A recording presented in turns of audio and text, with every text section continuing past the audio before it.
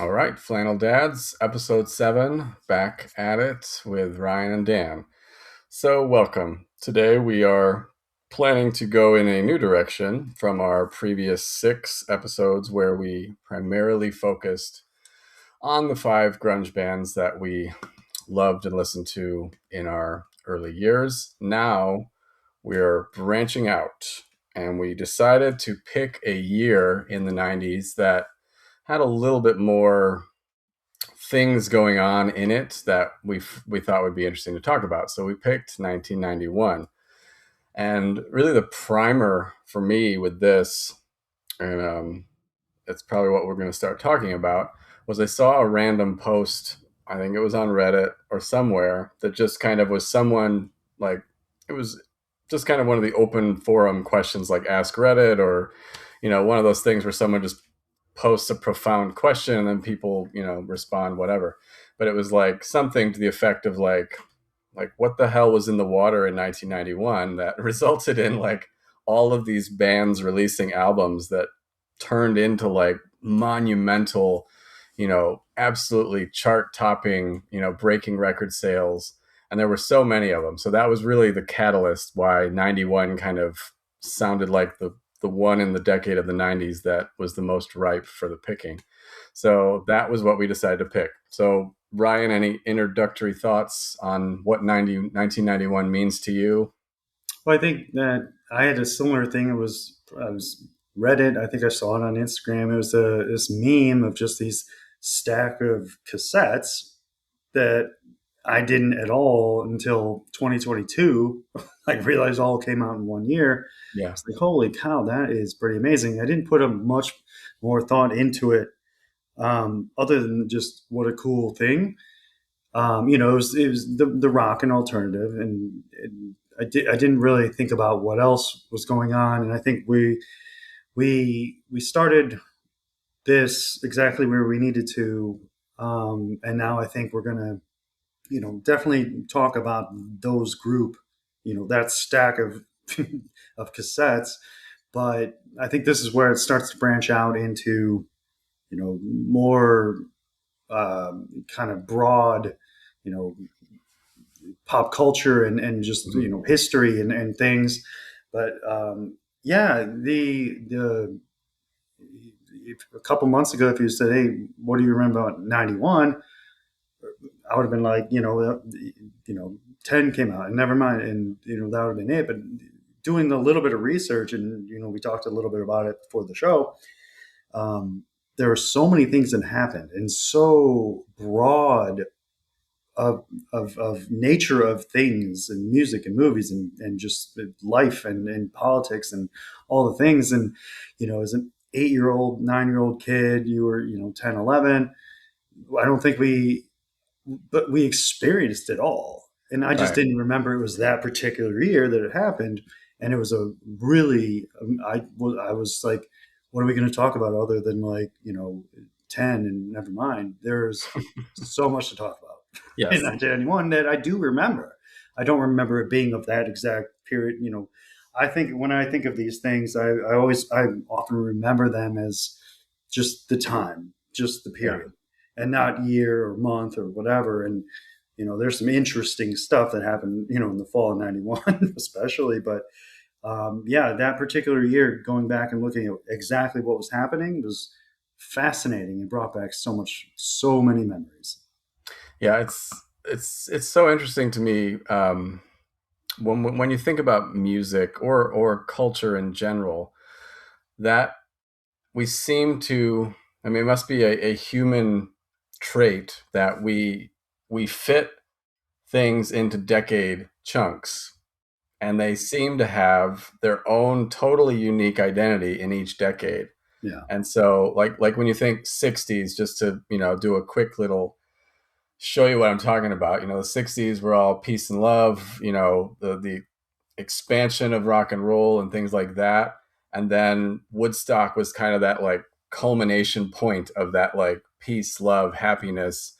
And then 70 came around, and then it started going like, now we're going to do disco and we're going to do dance music. And then that was all, I mean, there was plenty of rock and in between, but I'm talking about those like genre or decade defining kind of musical movements. And then 79, 80, disco was suddenly like, yuck, get out of And here. And then you had terrible. the 80s new wave keyboard music, pop music, huge.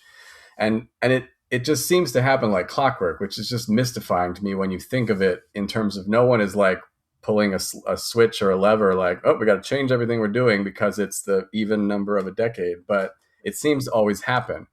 And so 90 was a bit of an in between. Like it was still feeling the 80s, you still had hair metal, you still had all that, but 91 is where it suddenly like went into like 20 different directions, and then those became the defining moments of the 90s.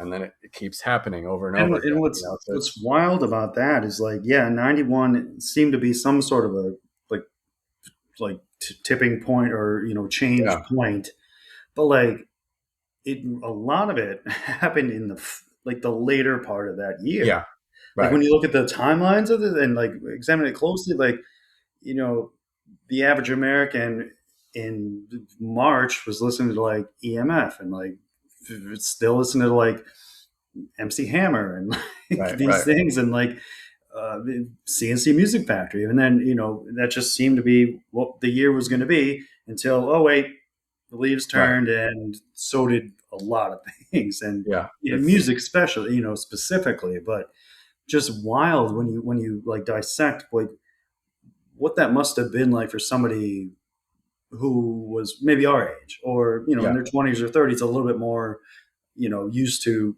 I don't know, but yeah, it was more really receptive maybe, like receptive. That's exactly, yeah. and that's what I think it probably is. It's unconscious, but we are probably bored of that sound that we've been listening to or we've heard over and over and over again. And so then when something starts to spring to life that's a little bit different, a little bit new, we're like, yes, what is that? I think that I mean, I'm sure there's been studies and the psychology of human attention and all that could speak to it better than I'm just rolling off the cuff with it. But that's what I feel like it is. It's just we love something, we really get into it, we feel out everybody's take on it. All the bands, like disco is such a funny example when you look back because it's like every band touched it. Like the Eagles did disco, and like big rock bands like ELO did disco. ELO, yeah.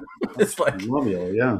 I know, like two of my favorite bands, but everybody like Yeah. couldn't not do disco. So it was just They like, couldn't and they then couldn't they couldn't escape that, whatever it was. And it that's was what everyone cool. wanted, and Yeah. they wanted everyone's spin of it. But so yeah, that's why to me when we looked through all these 91 specific kind of launch pads of all these different artists, or one thing that I think both of us did was we looked at the Billboard Top 100 for 91, which covered every possible spectrum of genre you could put into 1 year time frame, which is not common because usually the hits are all the same kind of stuff, but this is like the biggest smorgasbord of all kinds of things.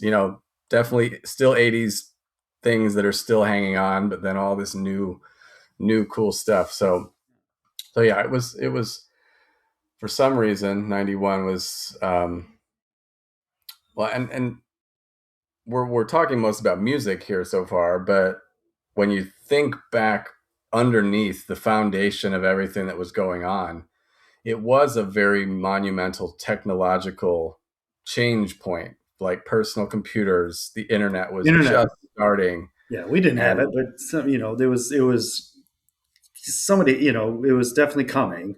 You heard right, about it. Yeah. I don't think I had it till 92, 93. But in terms of AOL, but we had computers and we were playing computer games. We had Nintendos, Segas in our houses, and we weren't going to the arcades anymore. So those are all major paradigm Massive. shifts in terms of Yeah. everything before that. You had to go out of your house to, watch a movie in the theater, play an arcade game in an arcade. And so all that kind of You didn't have culmination, a Game Boy you could play in your car until 1991. Like, right, right. There was no that was a, portable anything. yeah. So that was such a mixing up of all those kind of delivery, modalities of music and movies and games and stuff that probably branched out our tastes because we could explore our tastes more freely instead of just going and like I'm using the arcade example. You go to an arcade, you can only play what the hell boxes they had in the arcade, and if people were all lined up in one, you couldn't play that one, so you'd play the one they weren't lined up on. But when you had it in your house, you rent it from the store and you play whatever the hell you want. So that Go changed to the kind of Kmart and pick it up, or right for whatever. 50 bucks or whatever NES games used to go for. Yeah. So yeah, it made me think back. Like we're so spoiled now, where everything is, every movie you can stream, every music album ever created, you can stream at just the It's type in the insane. name and you've got it in seconds. And that kids today don't know how desperate, and we Yeah, didn't have any of those things at our fingertips at all. and I'm pretty sure 80s kids were like these kids and growing up in 91 have it pretty Yeah, yeah, freaking well. Like that had to be that's like that. It feels like to me, and maybe it's not like that, but that gulf between 91 Game Boys, Super NES, and bringing your and before that, and then it feels like the same sort of technological shift. It yeah, just where they're like spoiled ass kids, like same thing we're talking about our kids. Our parents were like, "Get out of here!" Like, what's in '91, and early a little bit earlier, and a little bit, obviously a little bit later. It didn't all hit that one year, but I feel like a lot of it did, yeah. like, or at least became accessible to us around that. Right. I mean, there were certain things like Sega and Super Nintendo in '91. You had to be a pretty cool kid to You have one of did, those because yeah. they were the new one. It's like the people that get PS5 the year it comes out. You got to. Yeah, So it's the I don't same. It's the same exact thing. Yeah. exactly. Yeah, exactly. I think we had a Sega in '91 because I'm pretty sure we played Sonic. We had the one with Sonic, and that was the game changer, We definitely game did. that I think everyone Mortal played. Kombat might have been in that bundle, Yeah. but something like that. But But Super Nintendo, I remember my friend Matt was the one that had that, and I didn't have a Super I don't think I Nintendo. ever had one of those. Did you ever Right. have one? I don't. I don't think I had it any time in the '90s. I mean, I think I got one much I think I later. bought one way later, just to Right. nostalgia, just to like Right. Right. play the hockey game, the NHL '94. Like, But I was a Sega, in terms of the console wars. I yeah, was always on the Sega side. we had Uh, we had an Atari, we had the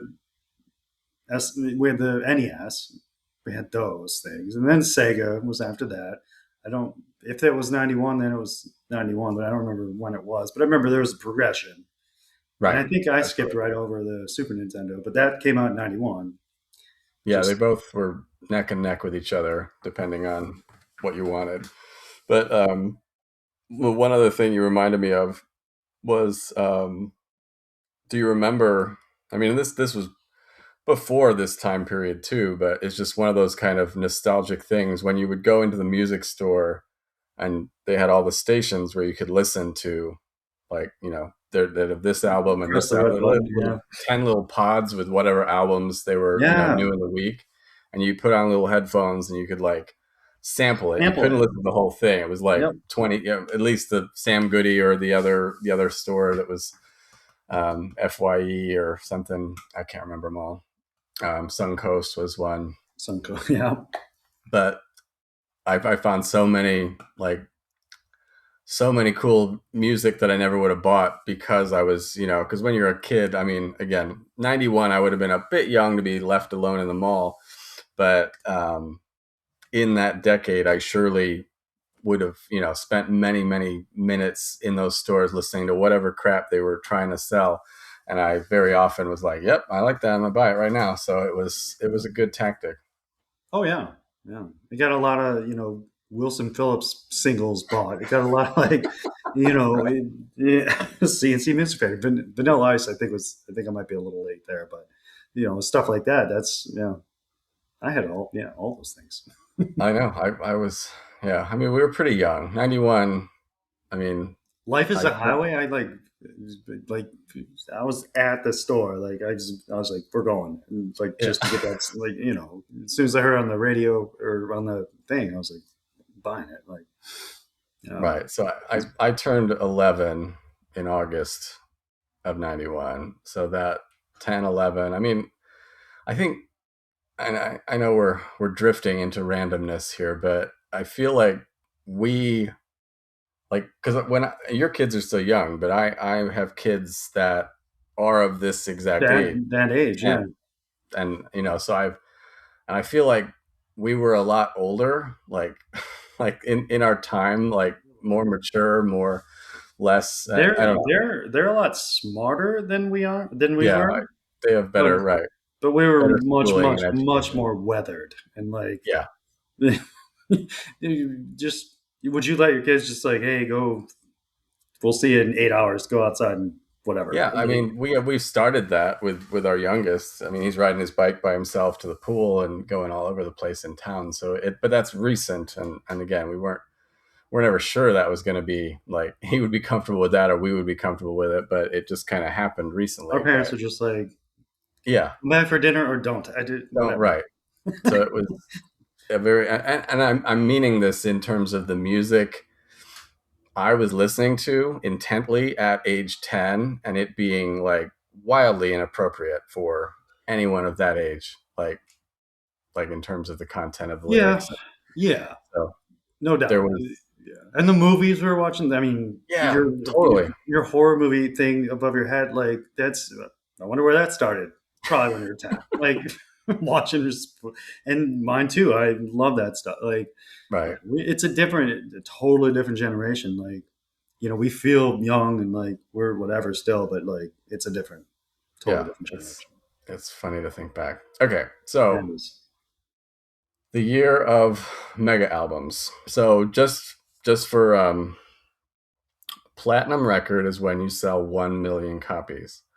A diamond record is when you sell 10 million records. Just for setting the stage because Good we have context. Yeah.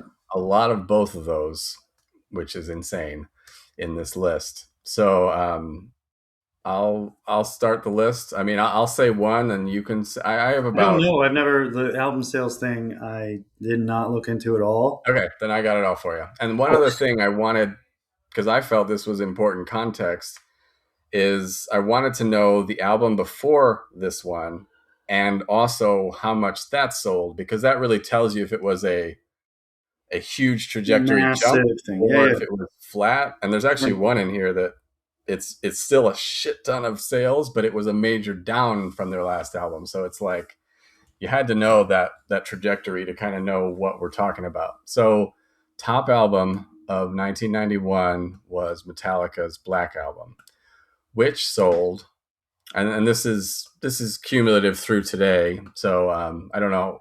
That would have been another thing. How much did it sell in the period of 91? But I didn't really care about that. So 33 million. So that was triple diamond, I guess, would be what you'd call that, which I don't think there are that many albums, Jesus. if any, that are that many. Like maybe Elvis or Michael Jackson, Thriller, those kinds of on your hand you can count. Not But super surprised by that, but I mean, I'm surprised at like the weight of it. Like that, I didn't know it was that much. But it's so much because their last one before that was "And Justice for All," which is an awesome record that I like tremendously. yeah. That only sold 8 to 10, so Oh this is wow. triple Triple. their last album. Oh wow. And they had not. I don't think they ever. I mean, even since the Black Album, that was just their absolute There, there's no way their they came pinnacle. anywhere near that after that. There's no way. and and let's. I mean, I don't want to just simply list. I want, especially the ones where we have strong connections to. That's one. Um, this one in particular. So I re-listened to it. I mean, it's always been just one of those, like, pure awesome. You know what you're going to get into when you put it on. It had so many iconic tracks. But I recently listened to it, and I was in the recent re-listen. I was trying to not just enjoy it or absorb it like I would in a normal time, but try to break down, like, structurally, why did this one do what it did in that year? Yeah. And um, I mean, my take on it is it's a lot less heavy Yeah. than what they came from. It was That's no why. longer Yeah. straight thrash metal with because that was kind of their thing was very fast, high tempo thrash metal. You know, The um, purists, that's why they didn't like it. Like there was a segment of people that did not like it. Those were hardcore Metallica fans who were and Justice for All yeah, and Ride the Lightning and Kill 'Em All. Like they did not. I don't think. I didn't realize it at the time. I was 8, but like I don't think they liked that one at all. I I liked it because it did that. It showed their range. And again, that was probably the first Metallica album I heard. yeah, So the on ramp thing, and then I had to go back to be like, well, that shit's pretty awesome too. I'm keen to this one because it's my first whatever. But yeah, I'm not surprised it sold that many. It was a humongous hit, like yeah. They were worldwide. because the biggest songs on it. I mean, Enter Sandman is probably the biggest, the most well known, the most played song on that Unforgiven would be a album. close second. I would think. But most of the other ones, I mean, Sad But True is pretty heavy, but Unforgiven is extremely, like a country song. Like it's very chill and melodic and not really Melodic. heavy until you get to the solo, maybe. But um, and then Wherever I May Roam is pretty chill. Like so that was where I feel like Nothing. they Yeah. were radio hits. Then the radio played the shit out of them, Yeah. and then you got all these people that never would have given the thrash metal Metallica a second, listen. But this stuff It connected was with it was so many easier. different people. Like again, I'm assuming because I wasn't there. Like I'm assuming it was easier to digest than Yeah, right. like across the board. And like once you're Unforgiven, you're like, wow, that's a really good song because it really is, just as a song. And then you go back and you're like, oh well, Enter Sandman's a little heavier. I like that too because it's also a good, really good song, and then it opens you up to the other ones that are various degrees of heaviness. None of them really, I don't think, hit the thrash No, threshold. not really. Like they There's don't. definitely there's definitely a few that Tend no to, no one I mean, they talks about. still, yeah, but they're. It's not like it's Injustice for All or especially nothing like Kill 'Em All. Like then there's some melodic things in maybe not Kill 'Em All, but in definitely in Battery and that showed that they could do that.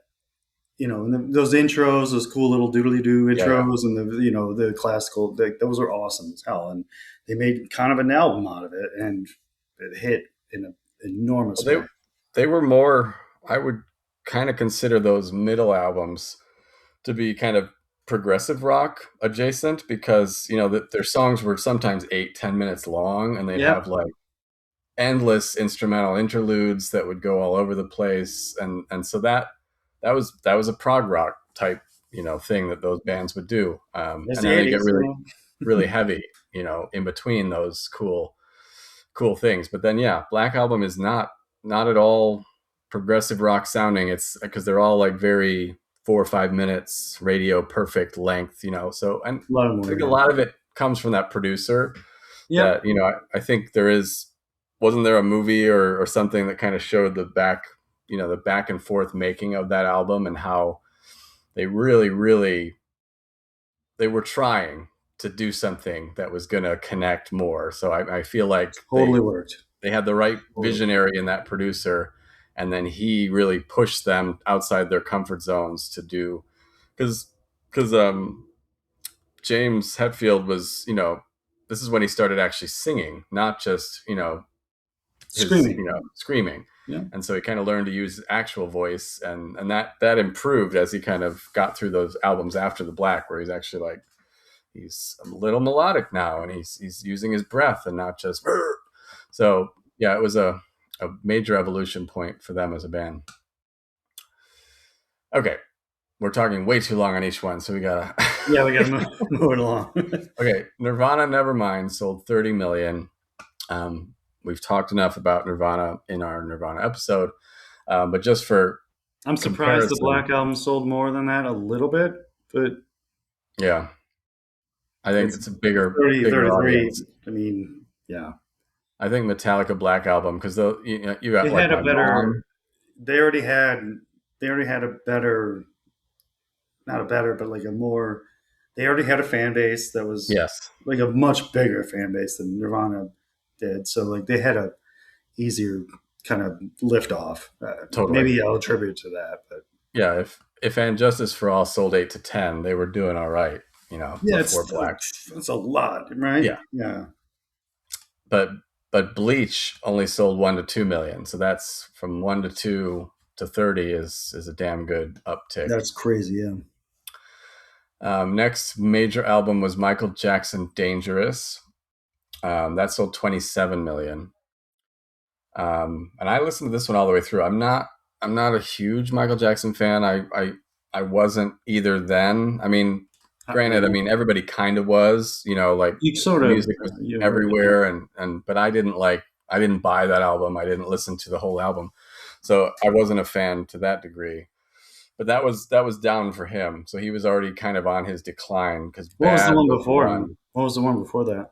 Bad was the Oh well, album. yeah, that was And never. I'm that sure was he never. I'm sure he 35 never million. met that. Oh, he did, but with the yeah, I'm not surprised that it went down from bad, but that was that was a big And I one. think Bad went down from Thriller. I think Thriller was his all time because Thriller that's was a always. big interesting. I think it was. I didn't do a full Michael Jackson analysis, but Yeah, no, I didn't. He's not even. Yeah. Thriller was what was dethroned like when 10 was rising. I remember that. Like then this was 20 years ago or something. But so Thriller was always kind of that peak album, probably even before all these in 91 even came out. And so yeah, that was that. But I listened to it last week and it was, I mean, Black or White is the one I remembered. Oh That yeah, I remember that had a one. really cool video. That I do remember that. It's cool stuff. Um, but the other songs that were the hits were nowhere near as monumental as what Bad or Thriller had on them. So Sure, it's sure. definitely a beginning slide for him. Then we had the epic Guns N' Roses doubleheader with Use Your Illusion 1 and 2. And I don't. Um, I was trying to remember back because I know we both had these and listened to them probably on tape because I don't remember having CDs of these very early on. So this was fuzzy for me, but I definitely remember, you know, or maybe I didn't have both of them. Maybe I only had one of them because I think I had one, and because that had November Rain on it, right? Number one, the Use Your Illusion one had November Rain. Right, and so that I think was the one I attached myself to more, and then I think you were more of a two, weren't you? Like, because Yep. you were always talking about Civil War and all the other ones on two. So it might have been where I didn't have both of them, at least back then, and I was just obsessed with I'm Chapter. sure collectively we had them. Yeah, Yeah. I know I listened to both, but I just can't really remember owning both at like because that I would have been remember owning the expensive if you had to. CD, but it wasn't it was too early for me for CDs. That one of these that I'm wondering is on this list was my actual first CD I ever Oh, owned, and it wasn't that. But I'm sure, I don't know if I ever owned the cassettes, but I definitely own the CDs. You know, yeah. So they both.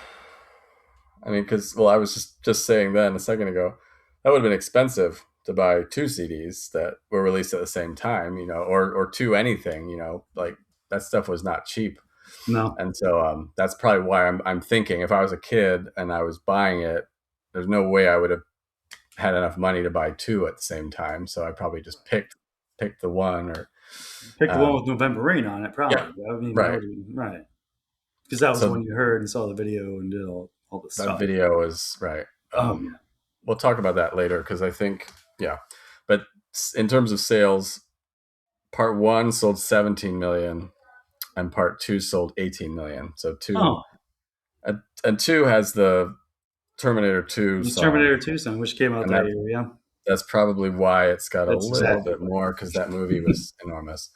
And for comparison, Lies was their album before that. That sold 8 to 10. Oh So wow, I'm surprised it's still that pretty high. good, but this was a Yeah. big jump for them.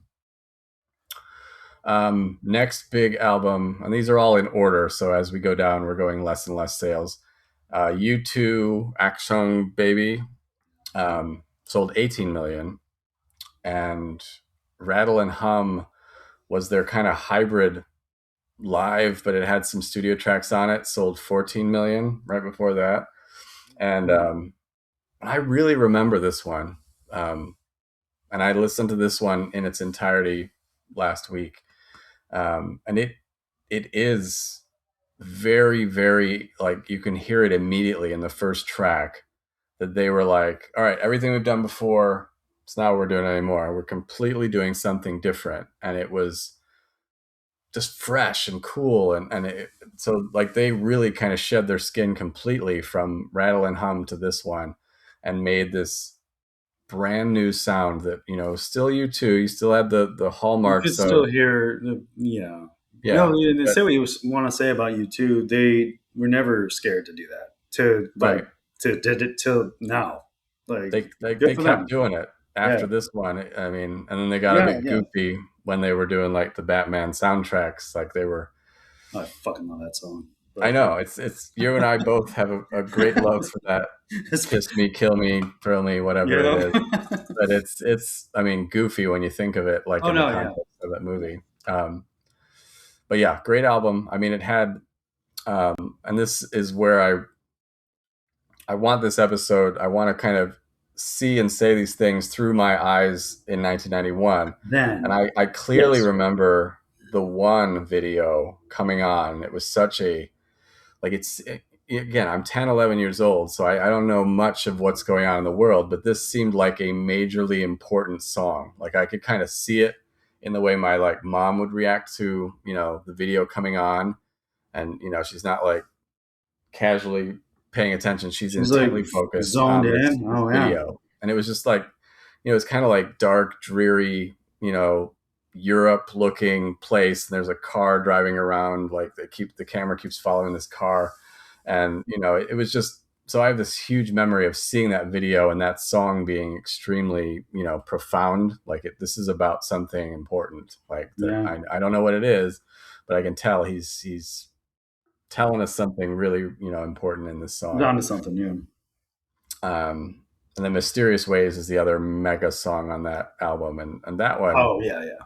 it's so good. I mean, It's I've a loved it beautiful for a long song, yeah. time, Excellent song.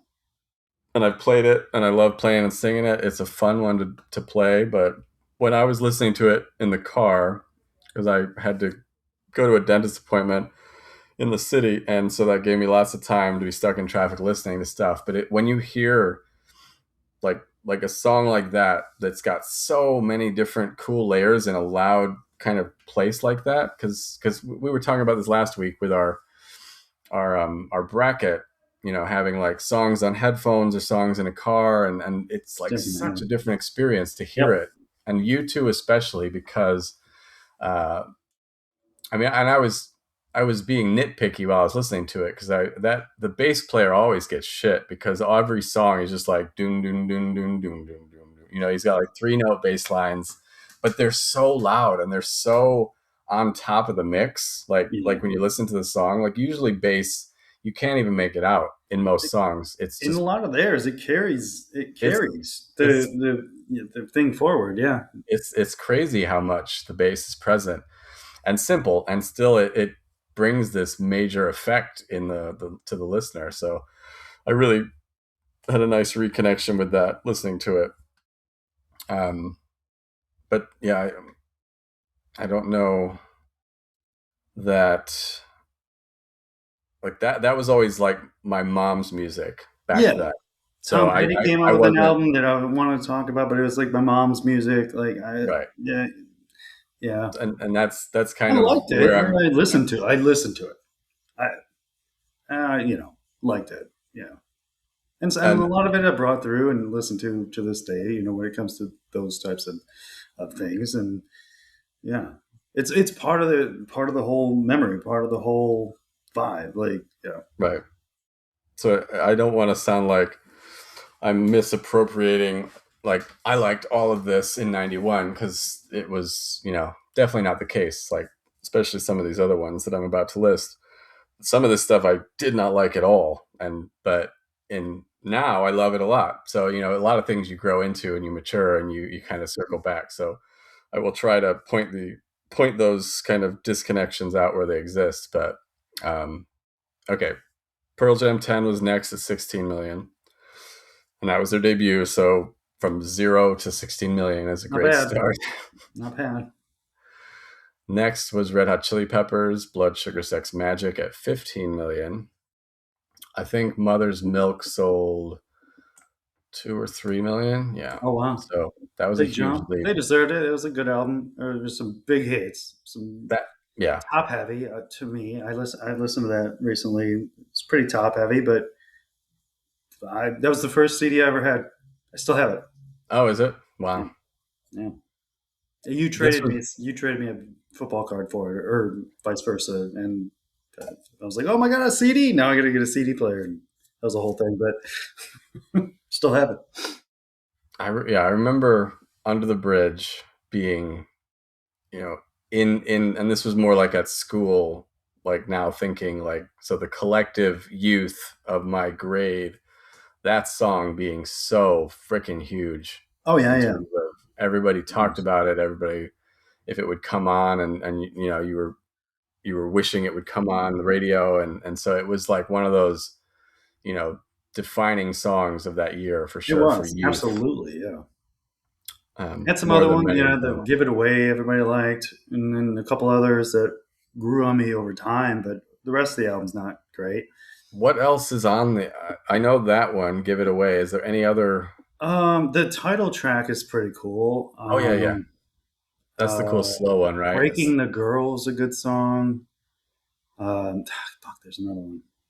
I don't know what it is, but there's one other one that's pretty good. Like we're like, whoa, that's different and awesome. And then a lot of the rest of it was like, that the kind of weird, the weird Chili Peppers when they get all funky and Yeah, weird. Like that never did much for me. For the people that did, I'm sure a classic album. But yeah, I mean, really cool artwork on the cover, and love it. Yeah, cool silvery back with the writing and the stuff. It's right. Cool. surprised that didn't sell more. What'd you say it did? 15 million. Oh, okay. Okay. Yeah. Yeah. Sure. And keep in mind, platinum is one, so that's 15 times Wow. platinum. Okay. So, I'm like, yeah. Okay. Bring me back. Yeah. next one down the list is Genesis We Can't Dance at 15 million.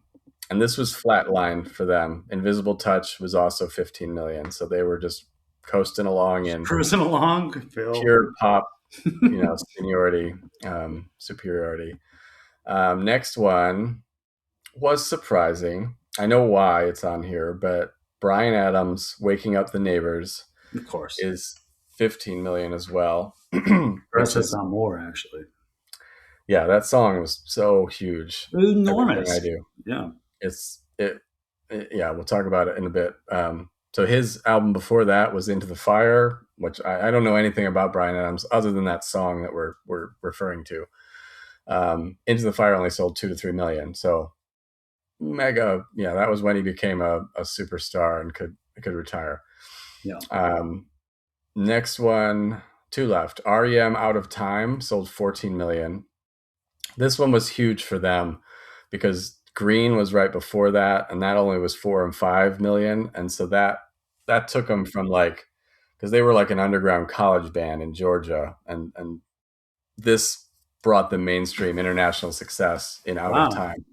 And so but I this is the one I was kind of hinting at a second ago. I couldn't stand REM back then. Like my mom used to kind of listen to him, and I just Somebody, hated the shiny happy people, like that kind of stuff. I used to just say nasty things every time those songs would come on. Now I'm a much bigger REM fan. I think Automatic for the People was more where I started being like, that's not so bad. And then I really liked Monster, even though most people that like I did REM hate too, and I Monster. think yeah, I think that's just where we were at the Yeah, time. we Was that saw it come 93 out or live, 94? Yeah, yeah. right? I like that And I one too. remember And the there's some videos goofy were, shit on that album. Like it's a goofy, weird album, but I liked it. yeah, they were having fun with it. So, Yeah. but yeah, but I Losing My appreciate Religion was REM. on that one in 91. What was it? Losing My Religion was that on 91? That was the big one. Yeah. Last one on my list of mega albums is, it's quite a drop, but I had to put it because it's Ozzy Osbourne, No More Tears. 8 million. So coming You know from what? 14 million from REM to 8, we're starting to drop now to more reasonable territory. But that was his biggest album, I believe. No Rest for the Wicked was right before that. That only sold 2 or 3 million, 2 to 3 million. Um, This is criminal. Absolutely fucking criminal. Of all the albums you mentioned, that could be the best one. yeah, right, Like, for our tastes and our preference. But I mean, when you think about, um, what are we doing as a species?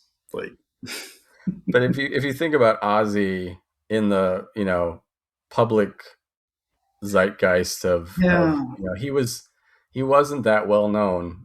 We see him in this backward lens because the Osbournes, and we never that's what didn't have that. Yeah, he didn't have any real like mainstream exposure. He was definitely he was the like, guy that and bit if you off look that bat head or whatever, and whatever, and Blizzard of Oz, and then I guess right, because he was it feels different to me. Like, riding off the coattails of Black Sabbath, which was huge in the underground metal guitarist kind of place, but I don't know that it was hugely record selling. But I'm really curious. I mean, I know More Tears is amazing and why it's awesome, but this is kind of like the Black Album in a way, I think, because if you go to No Rest for the Wicked, there aren't any slow songs. There aren't. It's all pretty hard rock, these are pretty all heavy slower rock. songs. Yeah. So yeah, So I yeah. think he might have got a producer that had the same, let's make some money, and then we don't have to keep making so many albums. And that's what he did, because No More Tears is kind of an in between. It's definitely got a lot, especially the outro. It's so freaking chill Well, it's hard and to rein Zach Wild in. Like like it would just naturally be heavy with how he played, and yeah, so it was Ozzy slowing it down, which I always thought was an awesome dynamic right, of like him, like Ozzy pumping the brakes and everybody else. There's a couple songs where they all come together and like slow it down, and those are awesome songs too. Like, yeah, I love that album so much. I think Zach Wild is probably a big part of the reason it's so good too, because he co-wrote. I mean, I think most of the guitarists co-wrote all the songs with Ozzy and others, other songwriters and things that helped. But I think Zach is a really great songwriter, and the chords and the guitar Musician, accompaniment. yeah, So that was what, like, Mama I'm Coming Home is probably the radio hit that made this one be on everyone's shopping list, because that was one it's of a beautiful those song. It's beautifully epic written. songs. It's Right. amazing. Like, and that, yeah. And there's 8 other ones on that album that are just good, like musically. And I don't think he was Right. known for great musical songs up until then. And I think he was Osmosis was after that. I think, which I thought That had. one's so good. So good, so I good, thought so that good. one had a bunch of like really, like just continued what they were doing, and like yeah, I think that was. I think it's maybe not. And again, I can't put myself where in '91. Like looking back at it now, that one's criminally underrated. Yeah.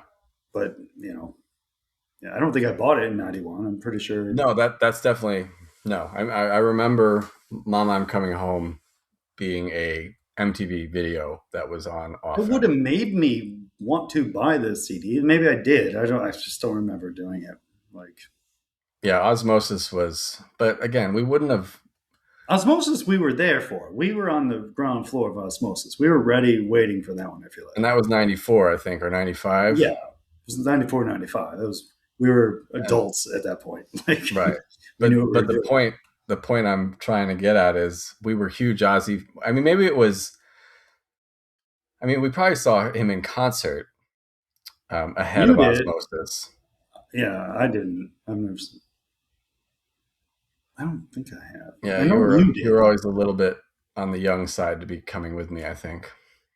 Yeah, you went to like an Ozfest or something, but that wasn't 91. That That was wasn't that early, way no. later. Yeah. But no, I saw him well before Ozfest was a thing. Really? I Hmm.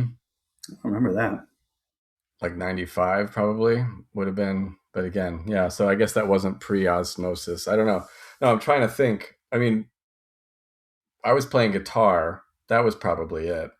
So Wow. learning all Black Sabbath and, Crazy Crazy Train, probably. Train. Yeah. Yeah. So that was probably where I got hooked on Ozzy through the lens of playing cool guitar riff songs, and Yeah. then arrived at No More Tears and Blizzard of Oz. And I really like No Rest for the Wicked too. It's definitely not, I mean, you can start to hear glimpses of Zach's unique sound coming out, but it's not quite matured enough, or it's not there like it is in No Mm, More Tears.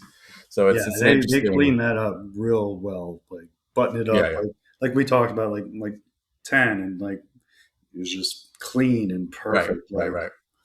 yeah, I don't know if I recognized it in 1991 when it came out in October on Halloween. Yeah, I'm pretty sure it took me to 93 to or 94, Absolutely. 95 to. Yeah, we were not that cool to know Ozzy We when were it not came that out we were in not that 91. old. We were not that cool. I think the only, yeah, there aren't many on here that I would say, except for Red Hot Chili Peppers. That one, because it had the youthful energy to it, like all the kids in my grade and school were just like, wouldn't stop talking about it. So that one, I would say I was cool enough, and Guns N' Roses. I was cool enough for that. Because I had Appetite for Destruction and Lies on cassette. I distinctly remember those. So I was on the ground floor for them when those came out. But everything else here, I was definitely not. Metallica, maybe a little bit, because I had um, like my friend Matt that I grew up with, who lived in the faraway neighborhood close to you.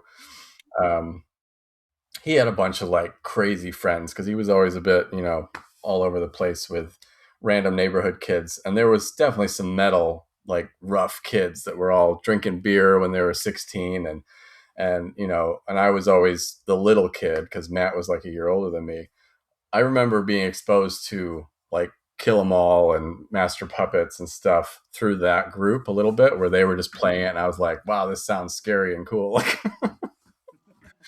And so I kind of definitely had an introduction to early Metallica that way, but I don't think I was I don't think I was buying it till I The bought the Black Black Album Album. was different. That was absolutely different. That was They had two or three radio songs at the same time. That would have Yeah, hit, and it hit us directly.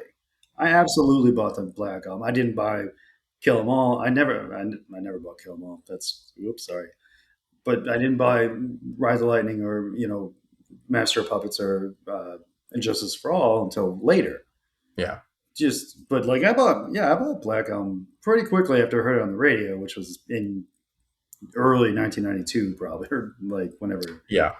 Like Right, that was and one of this, probably the first things I was like, I need to go buy this. And yeah, yeah, I was all of this exploration allows me to kind of date my memories in a way, because I've said that on I'm earlier. trying to do with it. Yeah, It's hard to do, but so hard. because the memory blurs everything. Oh So man, yeah, but I'd said on an earlier episode, my first three CD purchases I distinctly remember were the Black Album, Nirvana Nevermind, and Salt and Pepper, whatever the name of that Salt and Pepper one. So I went and looked those up.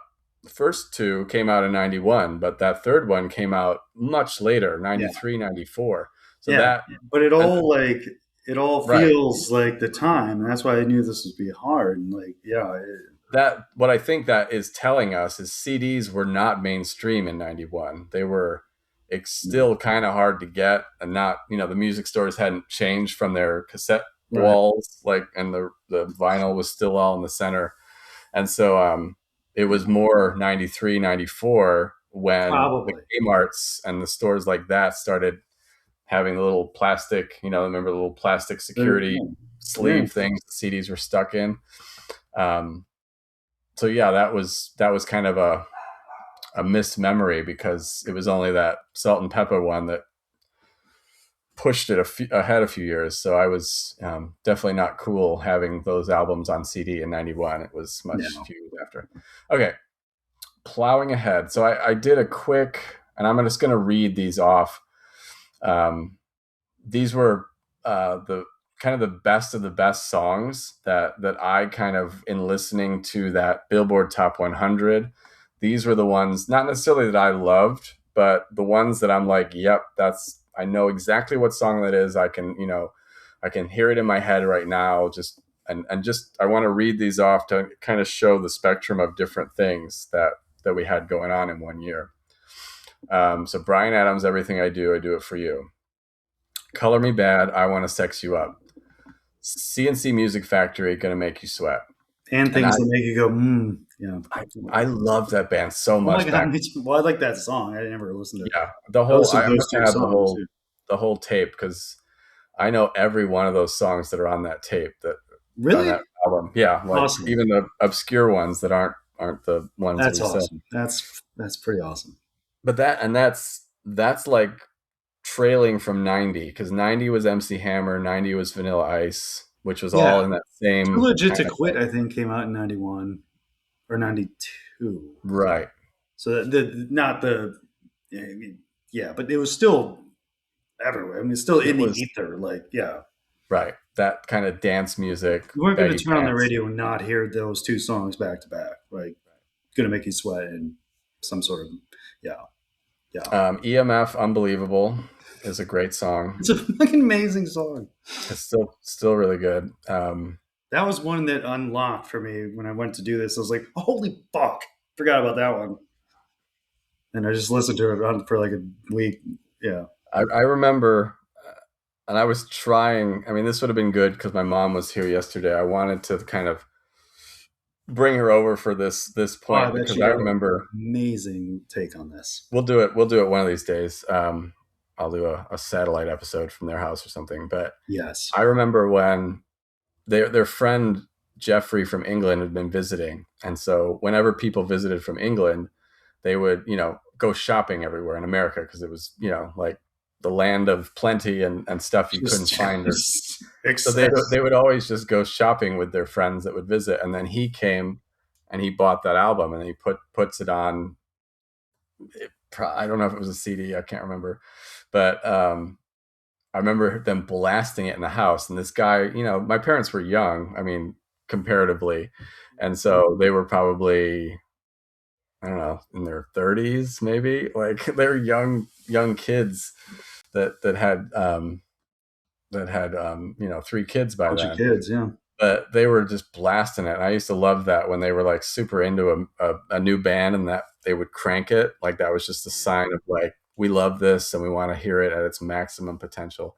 And so that song, I can just remember being in the living room, and this Jeffrey guy was, fucking loving it. It's just this cool.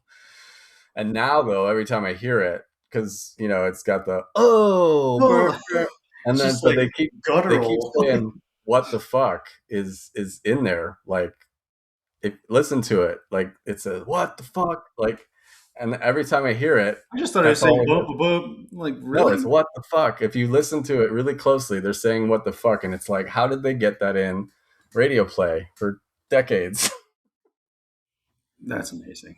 I knew um, like that was one that unlocked. I was like, I hadn't listened to that in 30 no, years. And when I hit, I was like, oh my God, now that you just made it even so okay. Okay. I'm yeah, gonna listen listen to to that it and bump, bump, listen for bump. the what the fuck. Okay, Extreme, More Than Words. That Yep. song is like ageless. It's still Yeah. awesome. You Damn wouldn't even. Yankees high enough. like That's came out that next. year? Yep. Like Same Scorpion or thing. the Wind of Change, the Scorpions. I mean, those kind of '80s like not leftovers, but kind of like Yeah. all three of those came out that year. Are you kidding? Those are like amazing songs. They were all on Monster Ballads. Do you remember that Yes, infomercial I do. CD? I do. So, Do. I never so had that any of those, but I always wanted them. I was like, I would like watch the commercial. I'd be like, yeah, yeah, it had a good collection. Bette Midler from a distance, like I would have been like, yeah. that, That one missed I me. do know the song. Jesus Jones, Right Here, Right Now. I really don't love that one, but it's Oh, always on. It still plays. never heard. I never hear it anymore. But I like that one. Yeah, I like that It's all one. right. Um, Marky Mark and the Funky Bunch, Good Vibrations. This one has some, So, and Good so Vibrations and Smells Like Teen Spirit came out within like months of each other. really, that's cool. Well, I mean, well, I think like just that's crazy to I think know about. for Rico the difference. Suave was in there, I think. I didn't list that one, but yeah. Yeah, I Uh, mean, it's just such a wide. Yeah, keep going. This is crazy. um, Madonna, Justify My Love. This is where Madonna was getting like really sensual and naughty in her songs and videos, I more don't so know. than her pop princess 80s. Roxette Joyride. I think this was my mom loved this band, Oh yeah, and they had probably three or four really mega songs that I know most of the words to. I've played a few on guitar. Um, interesting. so yeah, REM, Losing My Religion. We already mentioned. Suzanne Vega, Tom's Diner. That's that. Do do do do do do do Okay, do do do do. took you five beats there. I got you. Yeah. um, Bonnie Raitt, Something to Talk About.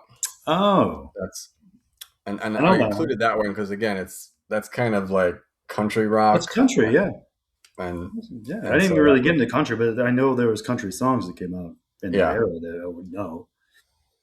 And then UB40, The Way You Do the Thing You Do was one of the top hundreds, and that's kind of like reggae, like new reggae, whatever the hell Yeah, you'd yeah.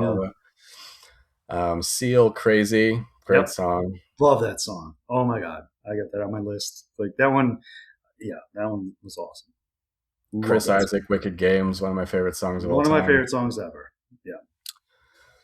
Poison, Something to Believe In, also on Monster Ballads. Monster Ballads were still going strong. Yeah. Queensryche, Silent Lucidity. One of my favorite songs of all time.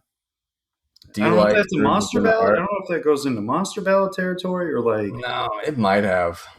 or I don't know where that one fits, but I know that it's one of my favorite songs It's ever. pretty. It's pretty soft in terms of It's their very, output. very soft. That Yeah. was their So maybe it was radio. more, yeah, maybe that was more Brian Adams ish than Yeah, yeah. maybe it fit more there. Yeah. Delight, Grooves in the Heart. That's just a fun song. I still like. Naughty by Nature, OPP. I remember this one in school because Yep. everyone would like, I gotta go PP, stupid, stupid little kids. So it And then was. REM, Shiny Happy People was not my favorite song back then. No. Um, okay, so I have a very meaningful story that comes from these songs. So if you remember, Teen Canteen Oh fuck.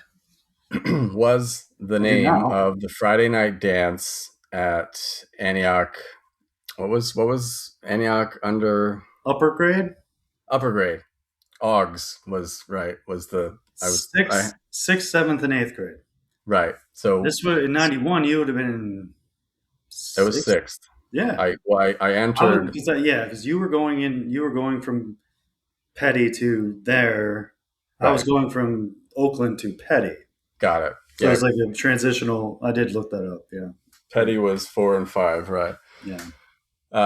So Teen Canteen was this Friday night dance at the upper grade middle school where you you'd hang out with your friends. I think it was all grades, like all sixth, seventh, and eighth, if I remember correctly. And they'd have the gym would have dancing going on, music playing loud. So that was one of the places where like we were like, under the bridge, under the bridge. When's it gonna come on? When's it gonna come on? And then when it would come on, everyone would fucking shriek like the Beatles fans would shriek. So that song I remember being such a requested hit. But anyway, the story. My first slow dance with a female was to Brian Adams' "Everything I Do," and so every time I hear that song, I get funny tingly feelings from that moment. That I danced with Chrissy Carley was her name. Um, so Christy, yeah, it like was, and subscribe, Christy. Yeah. yeah. um, the other songs, I think "Wind of Change" was it was three songs, so it was like we held on to each other for the three slow dance songs that they played in between the Marky Mark and the everything else. Um, I think it was "Wicked Game." I think that's why whenever I hear any of those three songs, I get like weird Yeah. goosebumpy shivery. I mean, they do that on their own, but I just have that That first personal physical connection touch as a of a sixth female. grader. Yeah. No, that's a big deal for a sixth grader to It's like the being like biggest deal, to right? look at a girl, let alone touch one. Get the fuck out. Like, yeah, It was right. That stuck with me forever. So yeah. Um, that's awesome. so that was it. And I dug this up. I still have it. This is my sixth grade yearbook. Oh my. Oh my. It has I'll show you, see if you can see my picture. I'll have to get really close, but I have, so this is roughly me in the year we're talking about. It is. Did they what, they cut your hair off there or something? Yeah. Yeah, I got like a flat top Oh my and an god, MC that's Hammer thing amazing. probably. Amazing. How do you still have that? What an It incredible thing it's to own. been it's falling apart. It's been taped and rebound, and so I've kept it alive. Yeah, I have all of them. This is the one after. Oh my. They were hard coated or hard covered then, so they last a lot longer than this Yeah, it's not this flimsy bullshit one. But yeah, these days, but it was funny wow. to look through that. I That's only just found it before this episode, and oh wow. it's so bad the things we wrote in it. Like I'm like, these are sixth graders, and the things they would write to me or the things we defaced the teachers with. I'm like, shit, Yeah. I cannot show this to anyone. Yeah. We're a different generation. You cannot Yeah, let your kids it's see that. Do so not let your kids see that. it's so so raunchy and mean, and like every obese teacher, I'm like, boom boom fat fuck. Like it's like, I mean, I laughed my ass off rereading it, but I felt like I'm a degenerate that this is the way I was writing and speaking at that age. Hey, retard. Yeah. Yeah, retard, gay, every possible slur is in there in printed pen. So I'm like, um, so yeah, it's good and a bad thing that it still exists.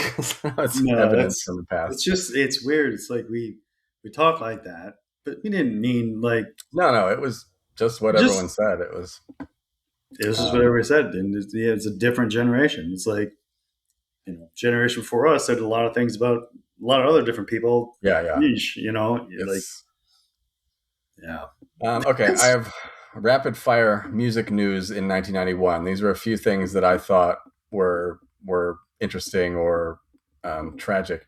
This was something I didn't know. The Nielsen SoundScan started accurately counting album sales this year, and before that, they used to just call record stores on the phone and be like, "How many did you sell?" And then they would just take their word for it.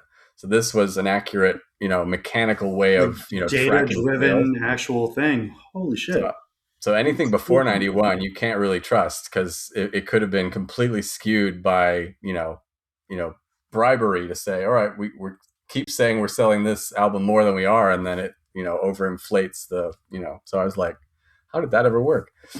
Um, Freddie Mercury dies in 1991 from complications of AIDS. Def Leppard guitarist Steve Clark dies at age 30 from drug and alcohol overdose of some sort. Whitney Houston sings the iconic Star Spangled Banner at the Super Bowl that everyone still talks about today.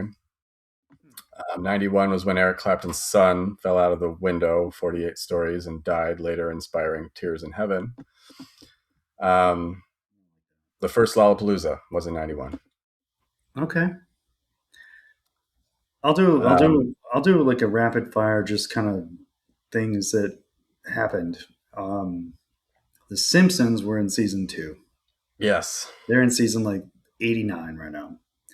Uh, so I remember as an 8-year old watching The Simpsons, 9-year old watching The Simpsons, which I wouldn't let my kids right now watch like Family Guy, and I think that was probably or South Park. I think it was probably similar. You know, not um, even close when you compare the two. But yeah, The no, but Simpsons were considered a bad influence or back then because be raunchy then. Not raunchy, but he was mouthy. I think that was the biggest thing. He would talk back and, in yeah, snarky ways and be like, yeah, eat my shorts and all the silly things, which are tame as frick compared to what yeah, Family Guy and South Park do. But, yeah. The other um, TV shows I was watching was Home Improvement was in its first season. I just finished a rewatch of that actually a couple months ago. I liked it a lot. I was watching Coach, Saved by the Bell, Family Matters with Urkel. And my favorite show of all time, still to this day, was entering. Actually, it was midway season four, coming right off of the Borg conflict. oh, Star Trek: yeah. The Next Generation was that was my main thing, and I loved that. So that was my and Roseanne was on. I liked that before she whatever.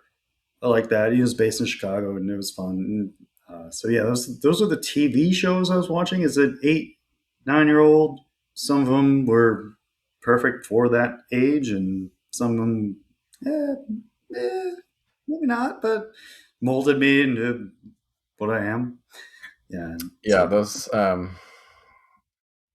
let me go to my list for TV. Um, Where in the World is Carmen San Diego was in '91. Jesus. You remember So that show? yeah, that. So I'd watch that, and then watch Roseanne right after that. That's freaking weird. Yeah. Yeah, Carmen San Diego was like right after school. And Yeah. then you get into the sitcoms that would be at the Sitcoms 5 and is 6. I think yeah, I remember Carmen San Diego. It was amazing. I love that It's show, so and the awesome. computer game.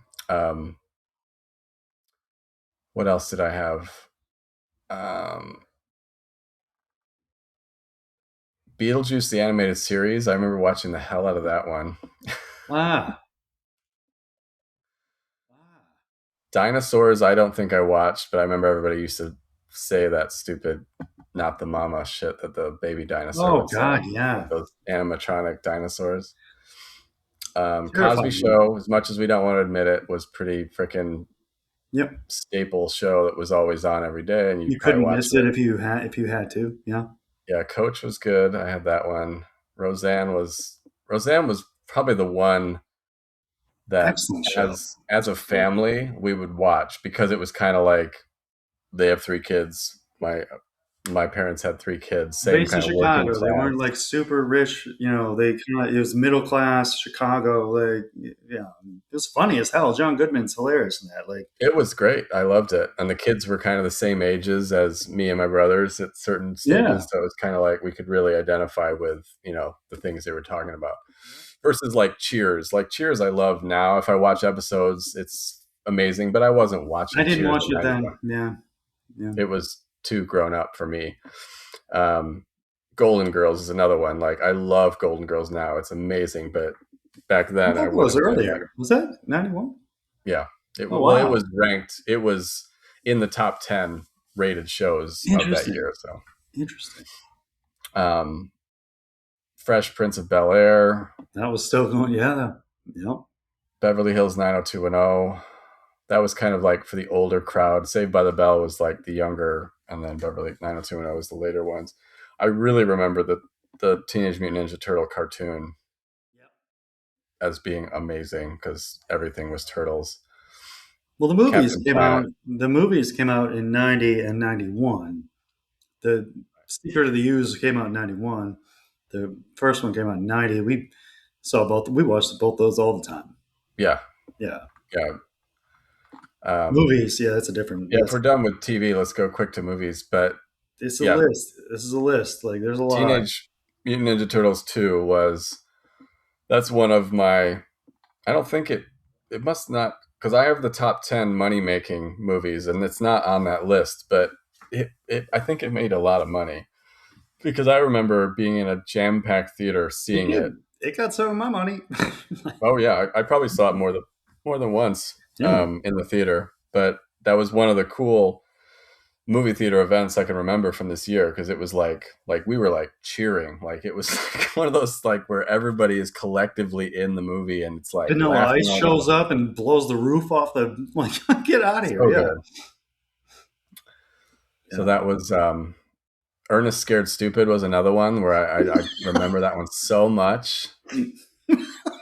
Not just because the monster's name was Trantor and we used to think that was the coolest thing. It it is. It really is. Yeah. Um, Bill and Ted's Bogus Journey was another one that Yep. I think we went to the theater to see. Um, and it wasn't as good as the first one, but it's still pretty good. Um, Drop Dead Fred was in this year. We rented that and watched the shit out of it. There's two or three just hilarious parts that like we would just like rewind, watch over Yeah, again. Yep. the dog poo and yeah, there's it's still good. I'm so glad it exists in this world. Yeah. Well, I think I don't know. Like Goonies apparently came out in '91. Like that's crazy to me. Did Like it? No, it that's was it was an '80s movie. was it? Am I It had to maybe have I have been. some bad data, but like Gremlins, Adam's Family. No, No, am I Adam's Family did. Gremlins is definitely '87. the second Gremlins? I, Second Gremlins. yes. Shit, was that in this year? I didn't. That didn't even come up at all on mine. Okay. Um, I love Gremlins too. I like that one so much that I just forgot about the first one because it's so absurd and amazing. The guy with the glasses Yeah, and the thing. it's right. I watched that one over and over and over again. Um, okay, here's one. Hudson Hawk. Yeah, Me and you used to love that one. we used to I love remember Hudson. watching that one with you a lot. I'm And not. The Last Boy Scout. Me and you Yep. watched that one a lot. Yeah, I got that one written down now. And that was way more of a movie than a 10-year-old should be watching when you think of it. Like Last Well, Boy that Scout. opening scene, like, Yeah, get right. the what are we doing? Like, yeah, yeah.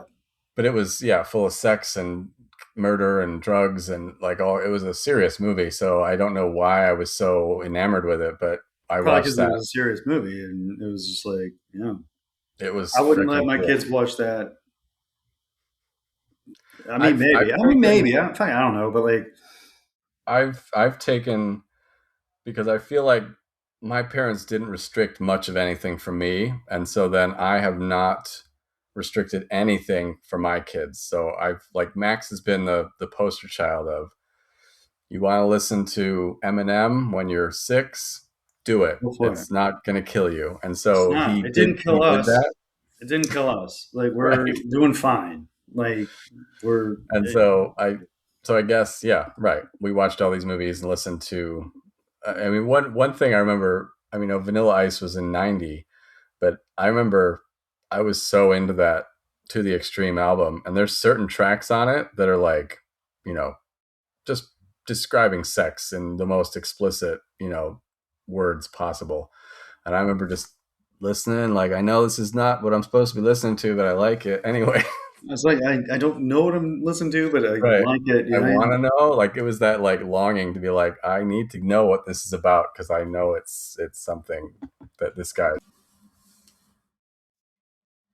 Other movies, there were definitely like I have a huge bunch of favorites that I remember watching. JFK. Did you ever watch JFK back then? So that one, as like you know non-realistic and fake it was. I was like I like thought we were like learning the mysteries of the JFK assassination when I watched that as an 11-year old 10 Maybe 11 we year old. were. Yeah. Yeah. So I thought that was the coolest movie back then, and then as I watched it later I'm like, Pretty what? adult for like 10, 11 year olds to be yeah. Right.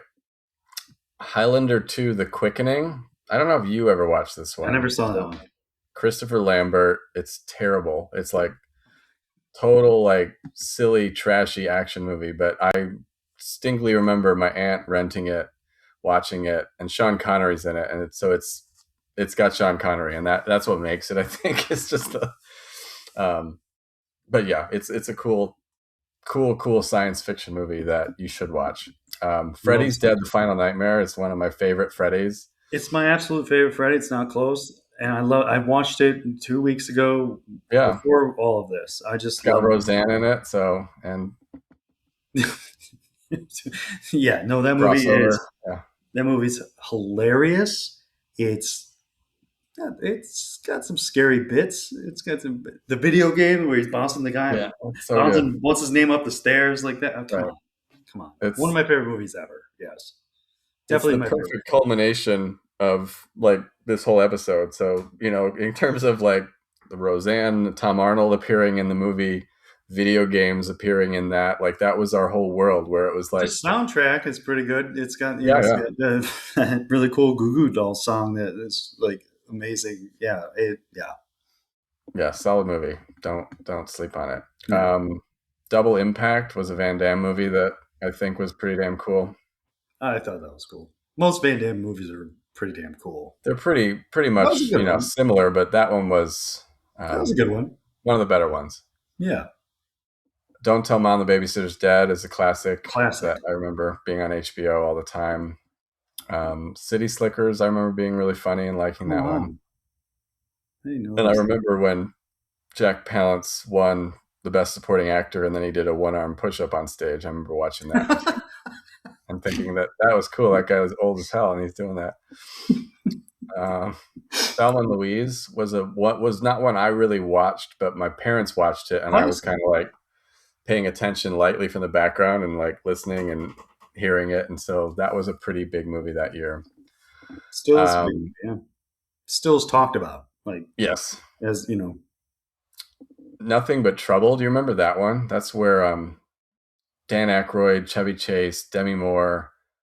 Um, this was like one that just played endlessly on the pay channels, but it's like Dan Aykroyd is done up in like the biggest grotesque makeup. He's like this big ugly fat guy, and he's like a judge, and they're like driving through this crappy town, and he has to go in the house. oh shit! Kind of like Nutty Professor, where Aykroyd is like every character, and Yes. John Candy is Oh like my every character. goodness. Yep, It was goofy, but I loved it. It was I like remember perfectly now. made for my age group, and it did terribly, but I loved it when it was in '91. I'm gonna watch that tonight.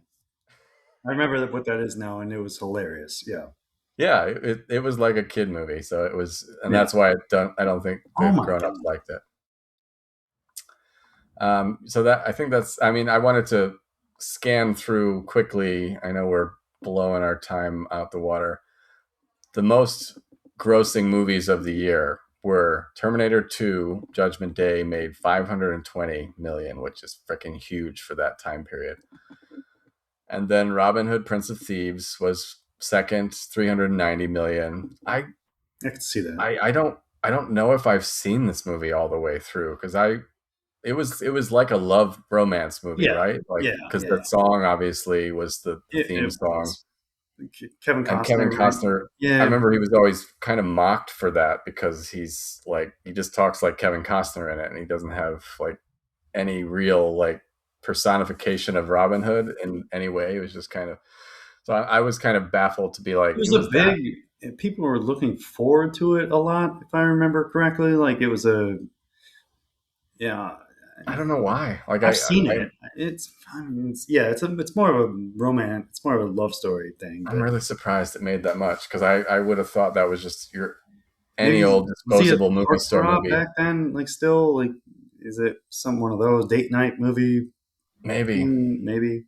I mean, Alan Rickman was the bad guy, right? He was pretty good. Like coming off, this was after Die Hard or before Die Hard? I don't know. Beauty and the Beast was number three. I definitely went to the theater to see Oh yeah, that. I saw that one in the theater.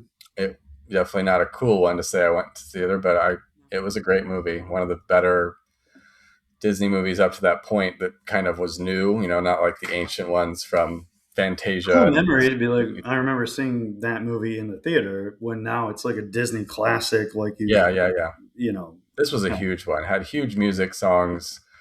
Um, Angela Lansbury was, the main singing voice in most of them. I think she was the tea Ah, kettle, right, yeah. or the candler. I don't remember. Fourth was Hook, which I don't remember being a big fan of Hook. That one made 300 million. Dustin Hoffman was Hook, right? I think. Yeah. I could see that. I So could I see was that. like, I don't guess it was one of those blockbusters that everybody had to see, but I don't think I saw it, or if I did, I we rented it and I didn't care.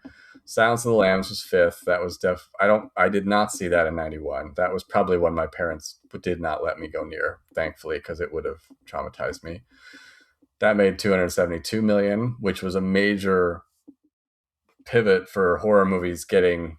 I mean, it Horror won every movies, Oscar in that horror year. movies It won didn't like get best that kind picture. of play then. Like horror movies were niche. They were like, Yeah, yeah, yeah. That they one were like hidden kind of broke away, it out. Yeah, but the fact that that won best picture, best actor, best director in the Oscars, it was like, whoa, okay. yeah. JFK was six, 205 million. Naked Gun, two and a half. The Smell of Fear was surprising that that was on the top 10. It is, but hilarious, Yes, they're all hilarious movie. fantastic. Yeah, Adam's Family was eight at 191. great movie. Cape Cape Fear, another horror Ooh, extreme yeah. thriller. I did see this one, and this one had a brutal rape in it that I remember being very. This is I'm not supposed to see this. Oh Isn't yeah. that's the No, Robert that, De Niro one? Robert De Niro is like a psycho, right? Am I thinking yep, the right one? Yeah. yep. That made 182 million. And then Hot Shots, which was pretty awesome for a Very goofball awesome. comedy, was 10. Yeah, no, the only one of the out of all the movies, the only one I can remember going to the theater to watch is not on any of these lists. It's Star Trek Six, I The had that on my list, Undiscovered Country. and that sucked. I remember we probably went together, didn't we? Because We we did. were. It I remember sucked being at the so time. I watched bummed it by that again, one. a couple years ago, and it's pretty awesome. But at the time, it I didn't. hated it at the time. Yeah, It was like there was something about it. I mean, we were mega Trekkies. Like we had watched all. I mean, Next Generation was then and now. well, And it's we were it's so watching it. weird, right? But this was different. I think we classified the original cast, Shatner and Picard. I think we were old enough to be like, these are two different, Yeah, yeah, yeah. things. We're going in different directions. And I don't know why we thought it sucked because we're coming off of Star Trek Five, which was one of the worst movies ever. Which was five. It's I don't even know how to explain it. It was like a nothingness. Like, did What was the name of it? it even have a name? No, it might not have. And the one before that was the one where they came back to Earth and the whales That and was all the the shit, best. which That was was the best one, right? The Voyage it, Home was the best it was one, good. It was right? good. Five was a total dog shit, and then six, we're like 10 years old, be like, fuck that shit, kid. What are you doing? And like it was just Yeah, weird. So that was the one I can remember going to the theater and watching. yeah. I Odd, only because it wasn't good, and I remember being really just like I think. but it was. I mean, it is. It wasn't, but now it is. Like it's actually really good. Go watch it again. It's better. It gets Yeah, better. maybe. No, and this is gonna sound stupid, but um, being a little kid at 10 or 11, the title of the movie is The Undiscovered Country. There's nothing about an undiscovered country in the movie. Like it's like a saying about some agreement, or I don't even remember the context. So I remember just that being it. I'm like, there wasn't an undiscovered country in this fucking movie. And that's what a 10-year-old would be like.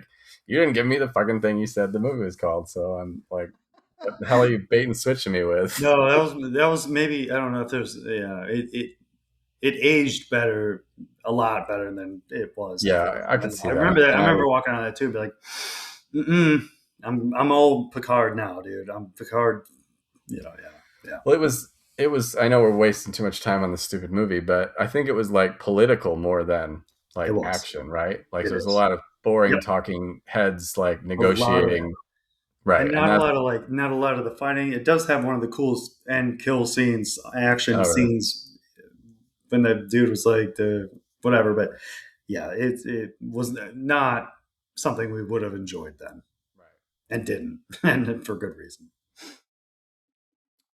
All right. I think that's it for movies. A couple other things I wanted to mention. I forgot with TV. Operation Desert Storm on TV was pretty groundbreaking because I So remember that was the never only never other thing. saw that before. Never That was saw the only war other on thing I TV. wanted to touch on is like we got to watch war live on television, and I Right. don't know if that had happened in the past. I don't know if I don't think it Vietnam did. had fucking whatever. We got to finish watching Steve Urkel and then flip the channel and watch war live. Right. Wolf Blitzer showing us all the exploding Iraqis, and it was it was like every night it was on TV. Like my parents were like, "Yep, we're gonna watch." Like it was like Star Wars. Like fireworks, but like it's Yeah, just people dying left and right. Like that was weird. it was so weird. I think it was weird for us. I mean, your point of like Vietnam and the previous wars, they surely did film it and showed some broadcast, but in Not terms of live. our Well, lifetimes, but it yeah. wasn't live. I bet You like probably that. couldn't turn on the TV any time of the day and watch war happen. Right. And they And I had remember thinking in the time that that was bizarre. I didn't really, not didn't really, I absolutely didn't understand why the war was happening to begin with. no, And just, I knew there was a war and, I wasn't really scared. I don't know why. no. Like maybe media made it to be like, man, we're going to be fine. You'll be fine. But like, Well, they had correspondence in hotels in on the Baghdad. balconies, like with self, like, yeah, like Right. turning So it their was like, like. So that was pretty interesting. It's like I don't know. Can we even do that today? Like when we have wars, can we even watch them live? Like I'm I don't sure think they are so. like Like it's bizarre why it was such a like front and center glorification of glorification. war. I mean, the other Desert Storm memory I have is there were playing cards of all the like Schwarzkopf and of all the generals, and so that was like again turning it into a game. Like this is real life death stuff, but the pop culture and media attention of it made it like a sporting event. So it was kind of It grotesque was, in that way. yeah, and it was setting us up for 10 years later, but whatever. But Yeah, right. like, it just like desensitizing us from whatever. But yeah, no, that was the other thing. Just really, really bizarre. Like watch war Yeah, live on TV. I The only remember. other like historical thing I remember is like the Rodney King thing. I think Was happened that that in '91? Yeah, I think so. I remember that being pretty weird I and remember hearing terrible. about it.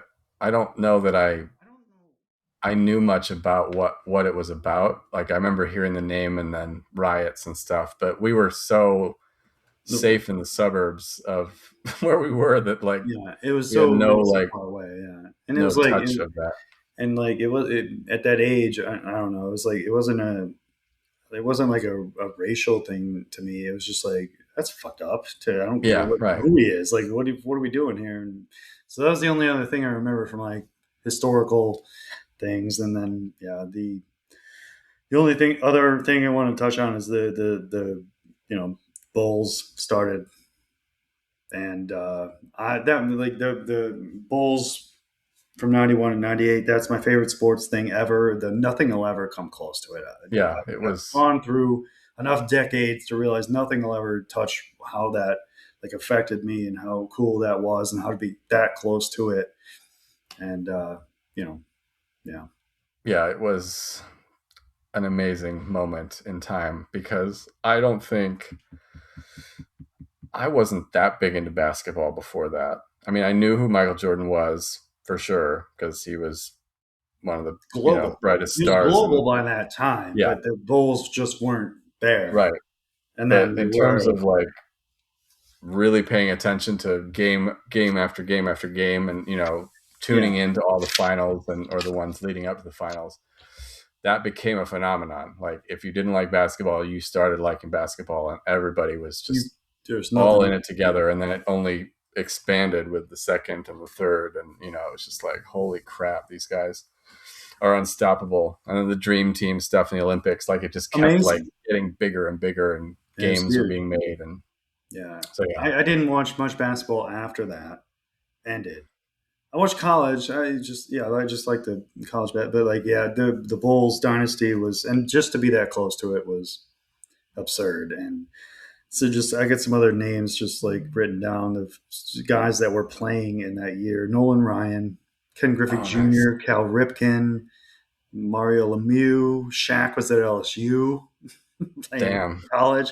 Christian Laettner was at Duke. Kirby Puckett was playing baseball. Like uh, that's Joe cool. Montana was still playing. Jerry Rice, Yeah, you yeah. know, Aikman, Emmett Smith, Michael Irvin, the Barry Sanders, you know, Thurman Thomas, you know, that was all happening all around, you know, all around the music, all around the movies, all around the war being shown on fucking TV. Like it was all happening. Roseanne, and like, you could just flip channels and find some of these things, and it was just a interesting time. 91 Well, was. we were obsessively collecting football cards. Now that you rattled off all those names, so that was where all of our money and time went outside of all these entertainment sources. So, and I was thinking that I'm like, I know this is probably the epicenter of when we were like the most like in the Beckett price guide, going to the card store every weekend I don't think it was type our mentality. peak, but it was definitely the No, beginning.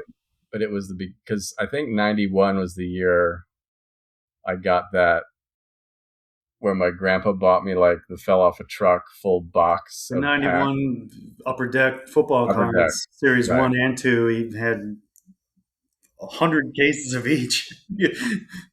Yeah, that was fun. No, That I think it I was went and bought 91. one of those boxes a couple of years ago just to relive that moment Just where to we just relive it, yeah. tearing open the foil packets. Yeah, that was fun. Oh yeah, that was a cool part of it. I mean, we're way over time, but I don't Way want over. to leave anything undone. So I'm just the last segment was video games, and I'm just gonna quick rapid fire kind of the video games because I think we mentioned it earlier, but arcades were still a thing. They were still popular. Nintendo was already established as, the main console. Then Sega and Super Nintendo were coming out as the new cool ones. And PC gaming was all starting to happen. So, like, this was the Oh, most opportunistic time you could play any type of game, anywhere, anytime. And that was, and I distinctly remember, I mean, earlier than 91, but still in 91, coming straight home from school. And that was the time you could quickly play, before the parents needed the TV for whatever shows started coming on at 4:30 and 5 and yeah. 5:30. So it was a race against time to get the Get gameplay some done. time in. Yeah. There was one TV. We didn't have a TV in every room. And you could rent games at Blockbuster, I think, by this point in time. So that allowed you to play more games than the few you could afford to buy. Um, Yeah.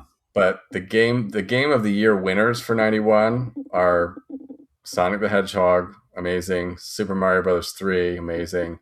Made a movie. Lemmings was the computer game. Do you remember Lemmings? How much fun Oh that game shit. was? Yeah. And Street Fighter 2 was the arcade like superpower that you could never get a chance to play because there were lines out the door. Um, Mario, Battletoads was Mario one of my 3 was. favorite games. I think Mario 3 was introduced in the movie The Wizard. Wizard. I don't know. I think it must have been the year before then, but yeah, that was like a. Yeah, The Wizard was probably 90 when they were just announcing the title at that, right. That was a cool movie. It always bugged me how good they were at the game without ever having played it. I know. It still bugs me, but we'll keep moving. Yeah. California, isn't that what the kid said? He was a bit on the spectrum. We probably call them some names that are not cool to say now. Yeah. Battletoads was another one. I remember just Shit. loving the intro song so much. We would just like play it. Do you remember us doing that? Like Battletoads, yes. we would just play the like cool song The in the intro, videos. Right. man. Teenage Mutant Ninja Turtles 2, the arcade game, that was where you could multiplayer. I think that was on Sega. That one was fun. or in the Mm. arcade. Streets of Rage came out. Oh wow. Madden came out in 92. So NFL 92 came out in 91. Yeah. And that was, I don't know if that was the first one, but that was when they started getting actually That was when like they started getting like better. you Yeah, could do yeah, some real stuff. yeah. Like, It went from techno Super Bowl to yeah, that. That was a big jump. Yeah, yeah. yeah. And then that made me think of the Joe Montana football, which is on That was so Sega. awesome. And we did the fake field goal every time. Pissed your brother up, pissed Dave off so much. I'm sure so yeah. Oh, that was good. That was probably a year or two after 91, but it was It an was epic probably game nonetheless. Um, Super Nintendo, I think Super Mario World was the big game I remember wanting to play, and that's probably my favorite game of all time for console games now. Like really. whenever I get I the don't mood to remember play an playing old that. game, I go to that one Yeah. because it's never ending. It just goes. There's level after level and secret after secret, and you can spend weeks in there and have a good time. But I remember my friend Matt only had like Star Fox, which kind of sucks. Like you remember, it was just that flying game with Mm, like the triangle jet thing, yeah. and it was impossible to get past the first level. Like it was like a shitty game. So yeah, I can't remember many other early because 91 was way early for Super Way early. Nintendo. Yeah. So Super Mario World and that one are the only two I remember playing It in was the a weird. It beginning was a stages. weird time for video games because, like Mike Tyson's Punch Out that was in the past Right. already at that point. Mario One and Two, and like yeah, and like the cool shit hadn't hadn't come up yet. So Didn't get it out was yet. kind of a no man's land of Right. games. Mega Man, I think, was big. Those were fun, I guess, but you Well, I didn't get think it. Sega had way more off the bat because they had different licensing agreements with developers Yeah. that, and then Super Nintendo was kind of like, guys, can you do the same for us? And there was a bit of a lag for getting all of those same franchises over to Super Nintendo. And some never did, like Sonic. And that was a thing I kept reading where, it was like Mario was like the face of like gaming. And then Sonic came around. It was like, oh shit. It's like, Coke and Pepsi.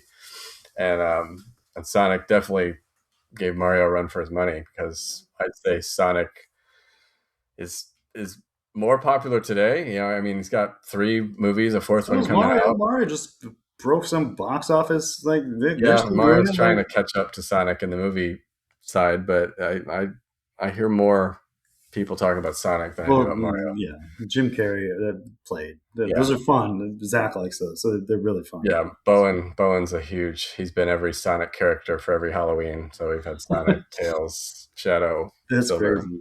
Yeah. So yeah, that was the games.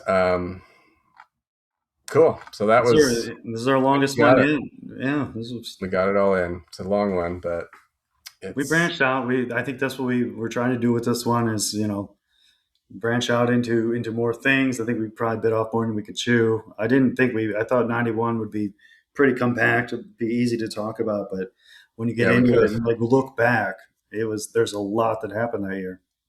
we could have just stuck to music and that would have been Still enough. going But well, I yeah. think you Yeah. need the rest to get the full feeling of what we were dealing with as Yeah. people living through that. So Yeah. yeah, good stuff. So we've yet to decide what we're doing next. So we will keep you all in suspense. Might be another year, might be something completely different. We don't know. Um, but we'll surely do our research. I think that's the funnest part of these is, It you know, is. stuff we know, but when you go under a few levels and peel back, you're like, Revisit some stuff and like yeah, do yeah, it's and read it's a like memory flood of sorts, but then also like, oh, I didn't know that and that all happened in the same. yeah, So it was pretty cool. All very right. cool. Thank you for listening to us talk about 1991.